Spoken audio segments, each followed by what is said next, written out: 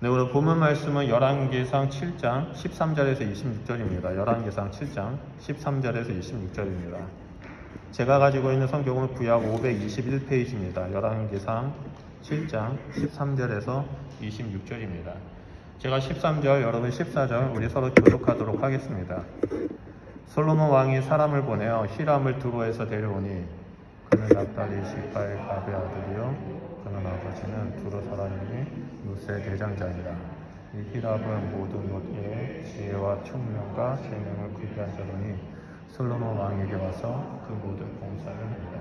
그가 높기둥 둘을 만들었으니 그 높이는 각각 18규빗이라 각각 12규빗이 되는 줄을 두를만 하여 또 노수는 오려 거기서 기둥 머리를 만들어 기둥 꼭대기에 두었으니 한쪽 머리의 높이도 5규빗이요 다른 쪽 머리의 높이도 5규빗이며 기둥 꼭대기에 있는 머리를 위하여 바둑판 모양으로 얹은 그물과 사슬 모양으로 따은 것을 만들었으니 이 머리에 7이요 저 머리에 7이라. 기둥을 이렇게 만들었고 또 두 줄 손목을 한 그물 위에 만들어서 기둥 꼭대기에 있는 머리를 두르게 하였고 다른 기둥 머리를 그렇게 하였으며 주란 기둥 꼭대기에 있는 머리의 4규빗은 백합화 모양으로 만들었으며 이 두 기둥의 머리에 있는 그물을 깎고 그 머리에 공같이 두는 것을 보라보며 각기 성문과 줄을 지으더라. 이 두 기둥을 성전의 주랑 앞에 세우되 오른쪽 기둥을 세우고 그 이름을 야긴이라 하고 왼쪽의 기둥을 세우고 그 이름을 보아스라 하였으며 그 두 기둥 꼭대기에는 백합화 형상이 있더라. 두 기둥의 공사가 끝나니라. 또 바다를 부어 만들었으니 그 직경이 10규빗이요 그 모양이 둥글며 그 높이는 5규빗이요 주위는 30규빗 줄을 두를만 하며 그 가장자리는 돌아가며 빠지는데 매 규빗에 10개씩 있어서 바다 주위를 둘렀으니 그 방을 바다를 부어 만들 때에 주주로 부어 만들었으며 그 바다를 소 12마리가 바쳤으니 셋은 북쪽을 향하였고 셋은 서쪽을 향하였고 셋은 남쪽을 향하였고 셋은 동쪽을 향하였으며 바다를 그 위에 놓았고 소의 진은 다 안으로 두었으며 바다의 두께는 한 손 너비만 하고 그곳에 가는 백합화의 양식으로 장가를 같이 만들었으니 그 바다에는 2,000밭을 담겼더라. 오늘 본문 말씀은 성전의 기구들을 만드는 내용들이 나옵니다. 솔로몬은 그동안 성전과 자신이 머무는 궁전을 건축했습니다. 그리고 성전 건축이 거의 마무리되자 솔로몬은 두로 지방에 있는 그 히람이라는 사람을 데리고 와서 성전 기구를 만들고자 합니다. 그래서 역대하 2장 7절을 보면 솔로몬은 두로 왕 히람에게 성전 기구 제작을 위해 금속 가공, 직조, 조각에 능한 기술자를 보내달라고 부탁을 합니다. 이에 히람 왕은 자신과 이름이 똑같은 그 기술자 히람을 발탁을 해서 이스라엘에 보냅니다.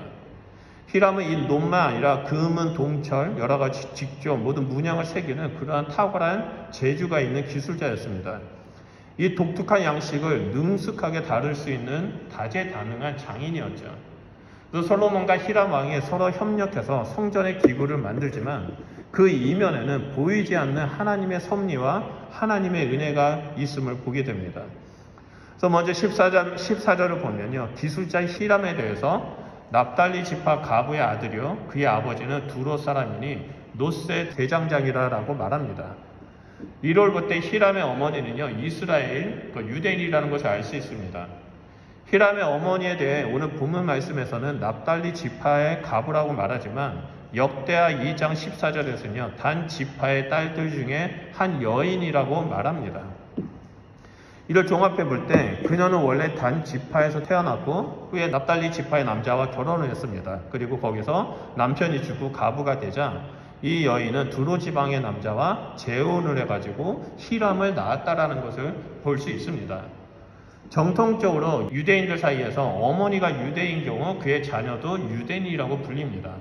왜냐하면 집에서 어머니가 아이를 여호와의 말씀, 율법, 규례대로 양육하기 때문입니다.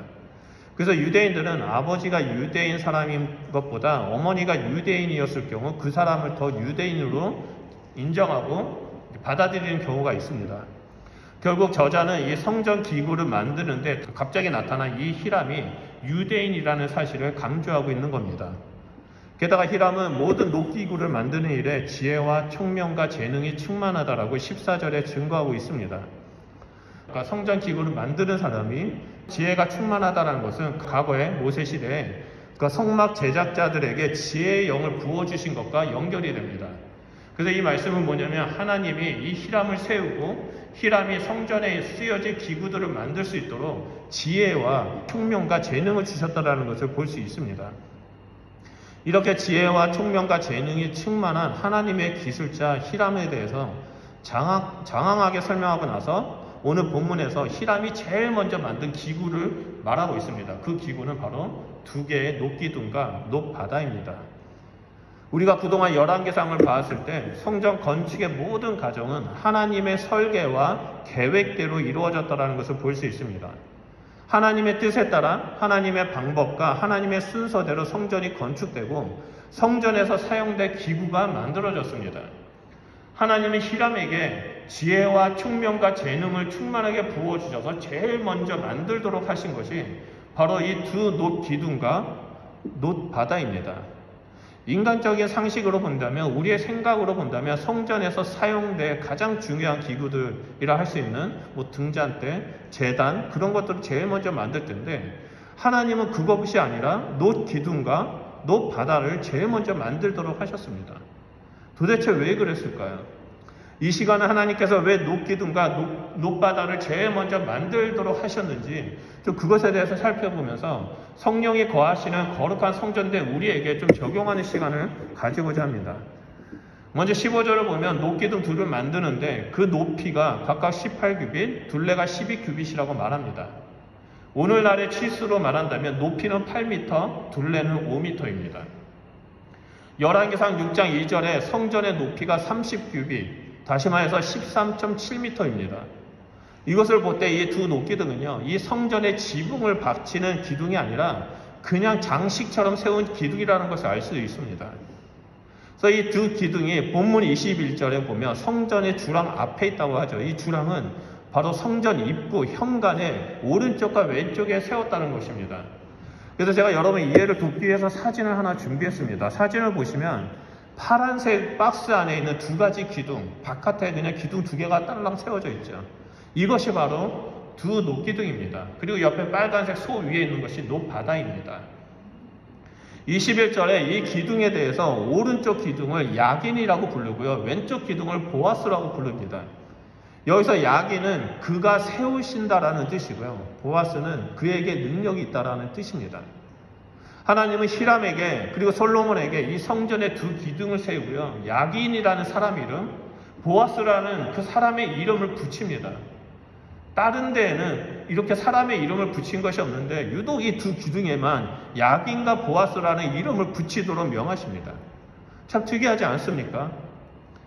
이 2 기둥에는요, 그리고 이 녹바다에는요, 분명하게 하나님께서 우리에게 하시고자 하시는 말씀이 있다는 겁니다. 오늘 이 시간에 이것 좀 살펴보려고 합니다. 먼저 오른쪽 기둥에 대해서는 야긴이라고 부릅니다. 이 야긴은 그가 세우신다라는 뜻이죠. 이 말 그대로 이 성전은 하나님께서 세우신다라는 것을 말합니다. 다시 이 다윗이 성전을 건축하기 위해서 수많은 금과 은과 백향목 건축자재를 준비했습니다.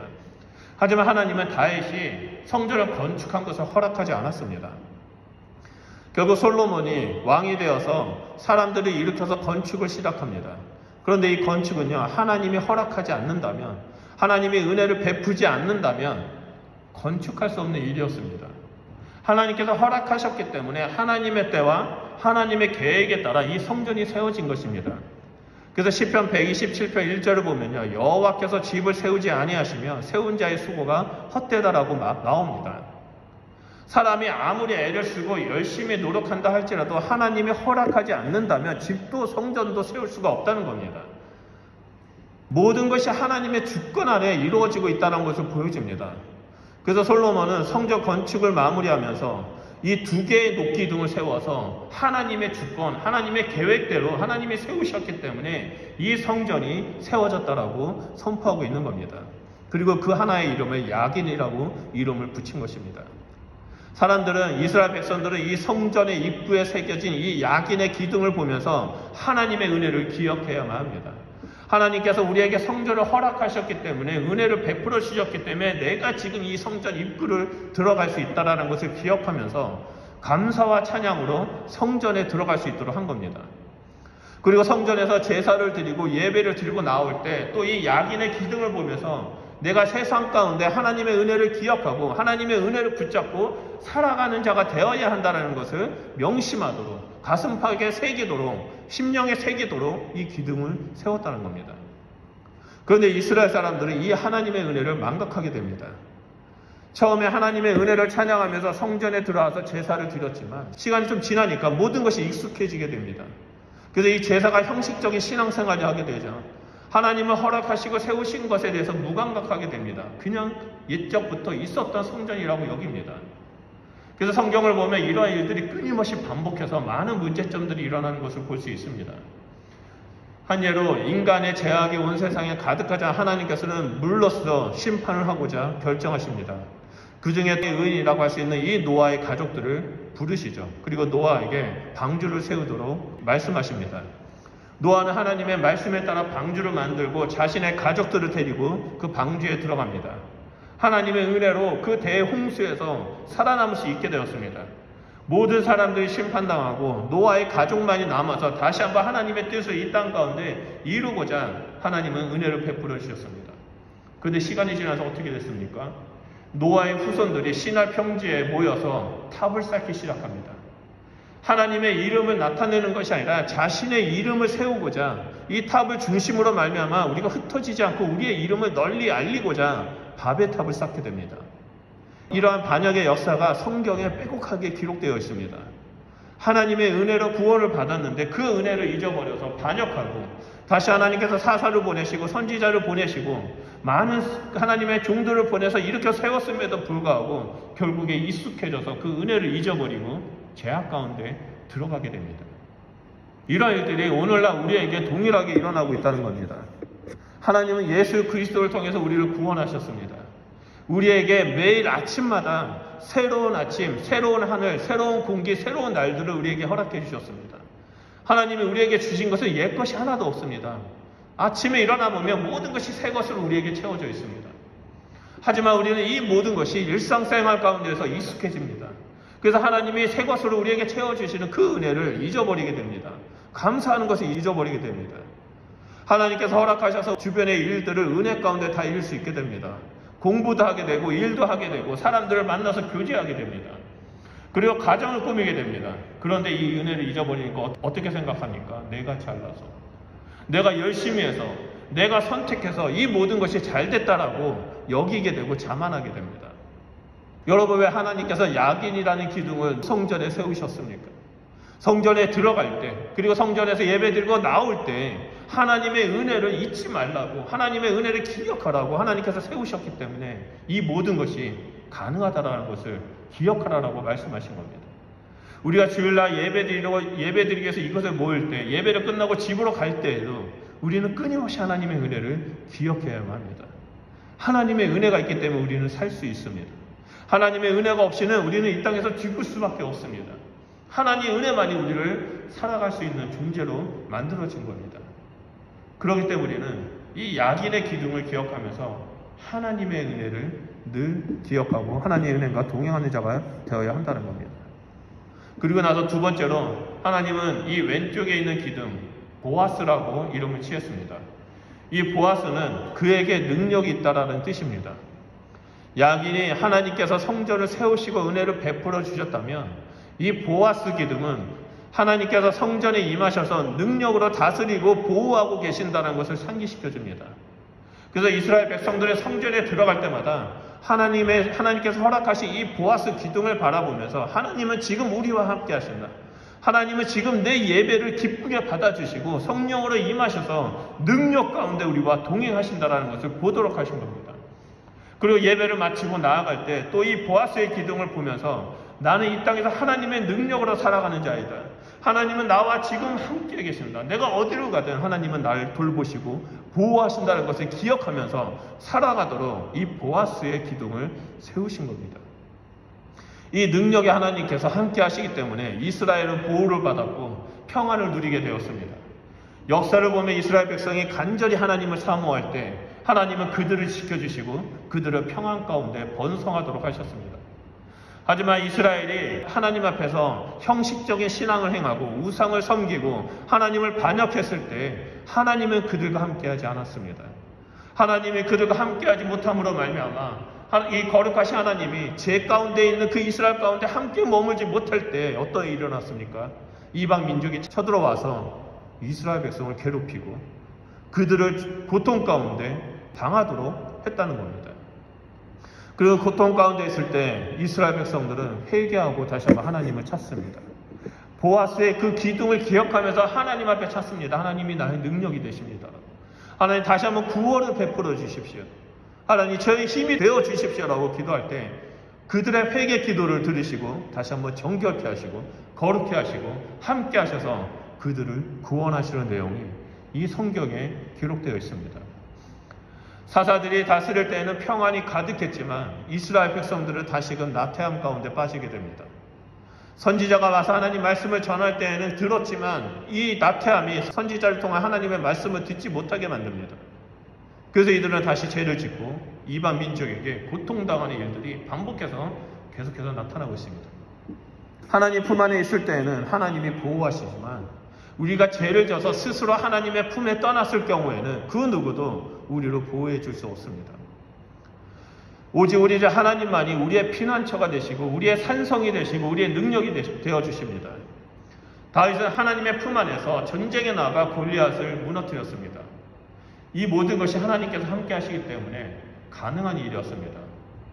지금으로부터 한 10년 전 일이었던 것 같습니다. 저희 가족이 캔버라에 있는 예수전도단 그 열방대학에서 저희가 이제 사역을 하고 있었을 때 하루는 제가 그 앞에 저희 집 앞에 있는 잔디를 깎았던 적이 있습니다.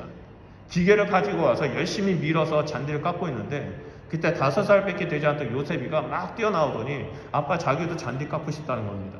그래서 제가 요셉이한테 잔디를 깎으라고 자리를 비켜줬는데 그 5살짜리 꼬마애가 그 기계를 어떻게 밀겠습니까? 못 밀죠. 그래서 제가 뒤에서 요셉이의 손을 잡고 함께 밀어줬습니다. 그 요셉이가 아빠가 뒤에서 밀어주는데도 자기가 미는 것처럼 생각을 했는지 막 너무 신나라는 겁니다. 그래서 잔디를 다 깎고 나서 엄마한테 막 달려가더니 엄마 내가 잔디 깎았어요 라고 막 자랑하면서 이 잔디 제가 깎은 거예요 라고 요셉이가 엄마한테 자랑하는 일들이 있었습니다. 제가 그 모습을 보면서 제가 하나님을 묵상하게 됐습니다. 내가 여태까지 했던 모든 일들이 내가 한 것이 아니라 하나님이 내 능력이 되어주셔서 행하셨구나. 내가 요셉이 뒤에서 요셉의 손을 잡고 그 기계를 밀었던 것처럼 하나님은 내 등 뒤에서 나를 붙잡고 내 손을 붙잡고 이 모든 사역들과 모든 일들을 밀어주고 계셨구나라는 것을 그때 깨달았습니다. 비록 내 앞에 내가 밀어야 할 것이 있지만 그 내 앞에 밀어야 할 것이 있어서 열심히 밀었지만 실상은 내 등 뒤에 계신 하나님께서 내 손을 붙잡고 밀어주신 것이었습니다. 이런 것처럼 이 다윗이 골리앗을 물리친 것 그리고 이스라엘이 여리고성을 무너뜨린 것 모든 것들이 하나님께서 그들의 손을 붙잡고 밀어주셨기 때문에 가능한 것이었습니다. 그리고 오늘날 우리 가정에서 일터에서 학교에서 행하는 모든 것들이 내가 하는 줄 알았는데 알고 봤더니 나의 능력 되시는 하나님께서 등 뒤에서 나를 밀어주셨기 때문에 가능한 것이라는 것을 우리는 볼 수 있습니다. 우리가 살아오면서 행하는 모든 것들은 하나님이 계시기 때문에 가능한 것입니다. 하나님이 허락하시고 하나님이 능력을 주셨기 때문에 우리는 이 모든 것을 행할 수 있게 됩니다. 그런데 우리가 능력 되시는 하나님이 나와 함께 하신다는 그 사실을 깨닫지 못한다면, 인식하지 못한다면, 기억하지 못한다면 우리는 앞에 놓여진 그 문제들 때문에 스트레스를 받게 됩니다. 열심히 노력해서 그 일을 행했다면 내 힘으로 행했고 내가 잘나서 행했다라고 그 교만함에 빠지게 되고 자만하게 됩니다. 그러다 보니까 내 생각대로 내 능력대로 되지 않을 때 어떻게 됩니까? 모든 일들이 나를 공격하고 나를 스트레스를 주고 나를 힘들게 한다라는 그런 어려움 가운데 빠지게 됩니다. 그 결과 우리의 심령은 우리의 영혼은 피폐하게 만들어지게 된다는 거죠. 우리는 능력 되시는 하나님이 지금 나와 함께 하신다라는 것을 기억해야 합니다. 성전에 들어가서 예배를 드릴 때 그 보아스의 기둥을 보면서 내가 성령의 능력으로 하나님 앞에 나아가 예배를 드립니다. 내가 예배를 마치고 성전 바깥으로 나아가 세상 가운데 나아갈 때 그 보아스의 기둥을 보면서 나의 능력 되신 하나님, 나와 함께 하시는 그 하나님과 함께 믿음의 길을 걸어가겠습니다라고 고백하면서 나아가는 자가 되어야 한다는 거죠. 그럴 때 하나님은 우리의 믿음을 보시고 함께 하시고 우리를 보호하시고 영원토록 우리를 지켜주실 것입니다. 그리고 한 가지 더 우리가 명심해야 할 것이 있습니다. 19절과 20절을 보면요, 이 야긴과 보아스의 두 기둥 꼭대기에는 석류와 백합으로 장식되었다라고 말하고 있습니다. 이 백합은요, 순결, 순수함, 깨끗함을 상징하는 꽃입니다. 그리고 석류는 진실됨을 상징하는 열매입니다. 우리가 하나님께서 세우시는 그 야긴과 보아스를 보았을 때, 나의 심령 가운데, 내 마음 가운데 하나님의 야긴과 보아스의 기둥을 굳건히 세우고 믿음의 길을 걸어갈 때 우리의 모습은 순결함과 순수함과 깨끗함, 거룩함을 지켜야 된다는 것과, 그리고 이 성령 열매를 깨면 그 안에 수많은 씨앗이 있는 것을 보는 것처럼 우리 안에 성령의 열매를 맺는 삶을 살아야 한다는 것을 알 수 있습니다. 우리는 믿음의 길을 걸어갈 때 거룩함 가운데 하나님, 내가 성령의 열매를 맺는 자가 되길 소원합니다라고 강구하면서 믿음으로 그 길을 걸어가야 한다는 겁니다. 그리고 세 번째로 우리가 살펴봐야 할 것은 높바다입니다. 23절을 보면 바다의 직경은 4m 50인 10규빗입니다. 높이는 23m인 50규빗입니다. 역대기하 4장 5절을 보면요, 이 높바다에 물이 가득 채우면은 3,000밭이라고 나옵니다. 뒷부분에 나오죠. 3,000밭. 이 3,000밭을 오늘날 그 치수로 바꾸면은 66,000리터라고 합니다. 사진을 보면 저 빨간색 박스 안에 있는 그 대접같이 생긴 큰 그곳에 66,000리터의 물이 들어갑니다. 그리고 그 밑에는 12마리의 소가 3개씩 동서남북으로 자리를 잡고 있습니다. 이 높바다에 물을 가득 채운 이유는 제사장이 성전에 들어가서 하나님 앞에 제사를 드리기 전에 이곳에서 손과 발을 씻는 것입니다. 그래서 이 물을 보관합니다. 이 높바다에서 손과 발을 씻고 성전에 들어가서 하나님 앞에 예배를 드리고 제사를 집행할 수 있도록 했던 것입니다. 만약에 손을 씻지 못한다면 그 사람은 거룩하지 못해서 성전에 들어가지 못하게 됩니다. 특히 이 높바다 밑에 받침에 있는 그 12마리의 소는 이스라엘의 12지파를 상징합니다. 출애굽 시대 때 성막을 중심으로 해서 동서남북의 3개의 지파가 4그룹으로 나뉘어서 갔던 것을 상징하면서 이 3마리의 소를 동서남북으로 세우는 것입니다. 이 말씀을 보면, 이 높바다를 보면 우리의 삶이 성전 중심의 삶을 살아야 한다는 것을 또 말해주고 있습니다. 오늘 본문 말씀은 하나님께서 성전에 들어가는 거룩한 백성의 삶을 어떻게 해야 하는지에 대해서 말하고 있습니다. 또 오늘 본문 말씀은 성령님께서 거하시는 거룩한 성전대 우리 몸이 어떻게 하나님 앞에 서 있어야 하는지에 대해서 말씀하고 있습니다. 우리가 하나님 앞에 나아가 예배 드릴 수 있는 것은 하나님께서 허락하셨고 하나님께서 은혜를 베풀어 주셨기 때문에 가능한 일입니다. 하나님께서 우리를 예배자로 세워주셨기 때문에 우리는 하나님 앞에 예배를 드릴 수 있습니다. 만약 하나님께서 우리에게 은혜를 베푸시지 않았다면 우리는 예수 그리스도를 믿지 못했을 겁니다.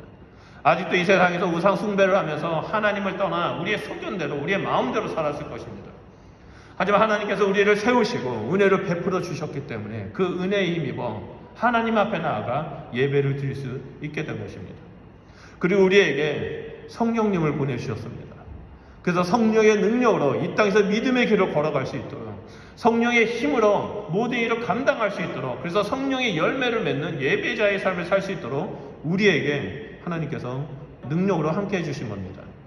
그래서 야긴과 보아스라는 기둥을 세우도록 하셨고, 우리는 날마다 삶 속에서 또한 예배드리는 곳곳에서 우리가 어디 있든지 간에 이 야긴과 보아스의 기둥을 바라보면서 오직 하나님만을 기억하고 예배하고 정결하고 깨끗하고 순결한 삶을 살아가는 자가 되어야 한다는 것을 말하고 있습니다. 그리고 또 높바다를 통해서 매 순간마다 하나님 앞에 손과 발을 정결케 하고 깨끗게 하는 그러한 삶을 살아야 한다는 것입니다. 우리는 성령님이 거하시는 거룩한 성전입니다. 예수 그리스도의 성전된 우리는 날마다 우리의 삶 가운데, 우리의 심령 가운데 야긴과 보아스라는 믿음의 두 기둥을 세워야만 합니다.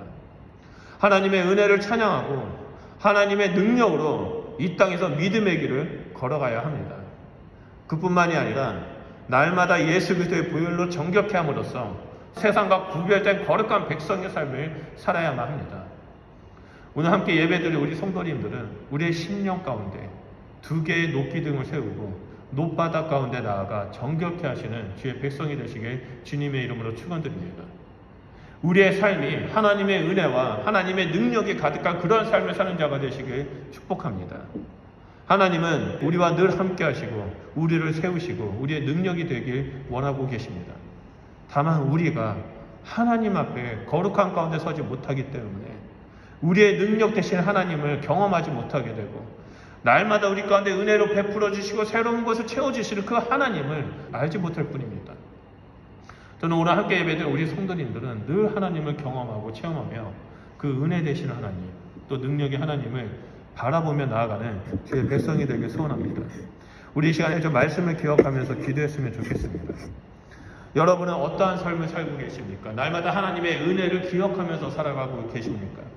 날마다 나의 능력이 되시는 그 하나님만을 바라보며 살아가고 계십니까? 또한 날마다 그 높바다에 나아가서 나의 손과 발을 깨끗이 씻으며 하나님 내가 행했던 모든 일들이 정결케 해주십시오. 내 발이 가는 곳곳마다 거룩하게 되어 하나님을 예배드리는 장소가 되게 해주십시오라고 기도하며 나아가고 있습니다. 여러분이 일하고 있는 직장에서 공부하고 있는 학교에서 거하는 가정에서 여러분은 지금 무엇을 바라보고 살아가고 계십니까? 지금 여러분의 심령 가운데는 야긴과 보아스의 기둥이 있습니까? 아니면 세상이 세워지는 거짓된 기둥들이 세워져 있습니까? 우리 이 시간에 기도드릴 때 하나님 내 마음 가운데 야긴과 보아스의 기둥을 다시 한번 세웁니다. 아버지 내 마음 가운데 있는 그 높바다의 곁에 나아가 손과 발을 깨끗이 씻으며 정결한 가운데 나아갑니다. 매 순간마다 하나님의 은혜를 구하고 매 순간마다 성령의 충만함을 구하며 성령의 능력으로 이 땅의 믿음의 길을 걸어가겠습니다. 하나님 내 삶을 통해 역사해 주십시오. 내가 나태함 가운데 빠져들어가는 것이 아니라 하나님의 은혜 가운데 들어가는 자가 되게 해주십시오. 하나님과 함께 걸어가는 자가 되게 해주십시오. 하나님과 함께 다시 오실 주님을 맞이하는 거룩한 신부가 되길 소원합니다라고 우리 이 시간에 주여 삼청하며 기도하도록 하겠습니다. 기도하겠습니다.